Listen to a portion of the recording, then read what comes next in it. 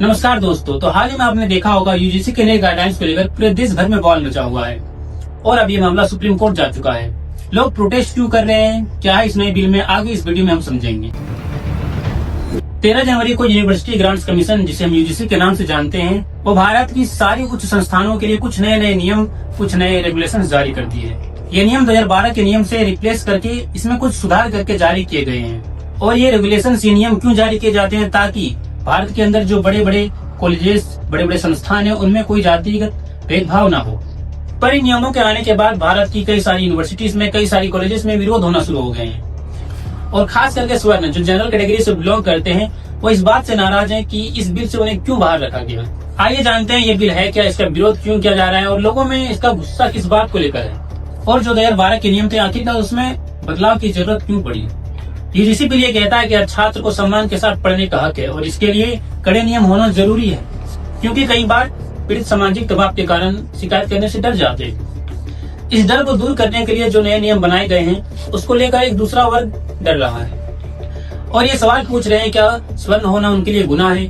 क्यों उन्हें उनकी बेगुनाही साबित करने के लिए उन्हें एक भी मौका नहीं दिया जा रहा। अब मोदी सरकार ने डर को भगाने के लिए जो नए नियम बनाए हैं, उससे पैदा हुआ डर ये साबित नहीं करता कि ये नियम गलत है, लेकिन ये डिबेट जरूर छिड़ती है कि क्या इस नियम को और बेहतर बनाने की जरूरत है।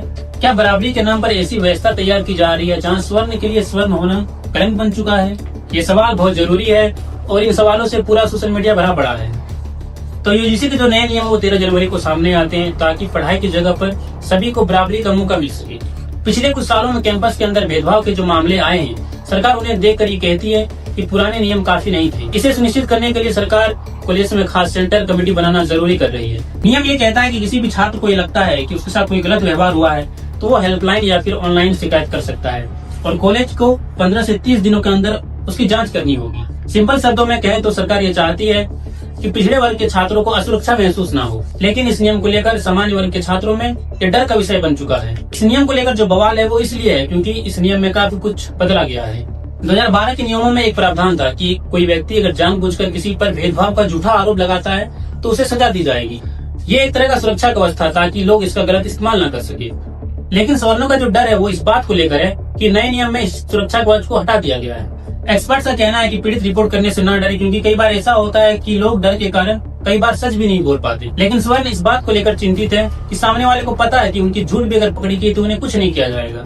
इस कानून से डर है क्योंकि इसमें कोई चीक करने वाला रास्ता नहीं है और ऐसा होने पर इसके गलत इस्तेमाल होने की संभावना बढ़ जाती है। स्वर्ण इसलिए नाराज है कि वो कह रहे हैं कि स्वर्ण होना आज के दौर में अपराध बन चुका है। इस नियम में हर संस्थानों में इक्विटी स्क्वाड की तैनाती की जाएगी। ये स्क्वाड कैंपस पर नजर रखेगी ताकि कमजोर वर्ग के छात्रों को सुरक्षा दी जा सके। ऐसा होने पर छात्रों के बीच हमेशा डर का माहौल बना रहेगा।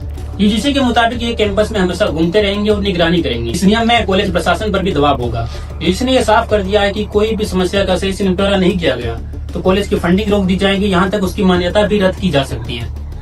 अब इसका असर ये हो सकता है कि कई बार कॉलेज अपनी मान्यता, अपनी फंडिंग को सिक्योर करने के लिए, मामले को रफा दफा शिकायत करने वाले को खुश करने के लिए इसका गलत इस्तेमाल कर सकती है। स्वर्ण इस बात से नाराज है कि उन्हें अपनी बेगुनाही साबित करने के लिए कोई मौका नहीं दिया गया। स्वर्ण ये कह रहे हैं कि क्या किसी की सुरक्षा के लिए उनके हाथों में ऐसा हथियार देना सही है जिसका वो गलत इस्तेमाल कर सकते हैं। कई बार सबूतों के अभाव के कारण मामले गलत दिशा में मुड़ जाते हैं। रोहित बेगला मामले में जब सालों बाद पुलिस की रिपोर्ट आई और किसी को भी दोषी नहीं पाया गया, लेकिन तब तक बहुत देर हो चुकी थी। उस छात्र, उस प्रोफेसर का पूरा करियर, पूरा इज्जत बर्बाद हो चुका था। ऐसा हो सकता है कोई मामला अगर सालों तक चलता है और वो बेगुनाह साबित होता है तो उसकी भरपाई कौन करेगा? वो इस बात से डर रहे हैं कि कोई भी इसका गलत इस्तेमाल करने से नहीं सोचेगा। क्यों? क्योंकि वो जानते हैं कि उनके गलत साबित होने पर भी उनका कुछ नहीं बिगड़ेगा, लेकिन इसके चलते जिन्हें असर होगा उसकी भरपाई कौन और कैसे करेगा? भेदभाव को मिटाना बहुत जरूरी है, उन्हें न्याय दिलाना बहुत जरूरी है, लेकिन याद रहे इससे कोई दूसरा प्रभावित ना हो, इसमें कोई दूसरा ना फंसे।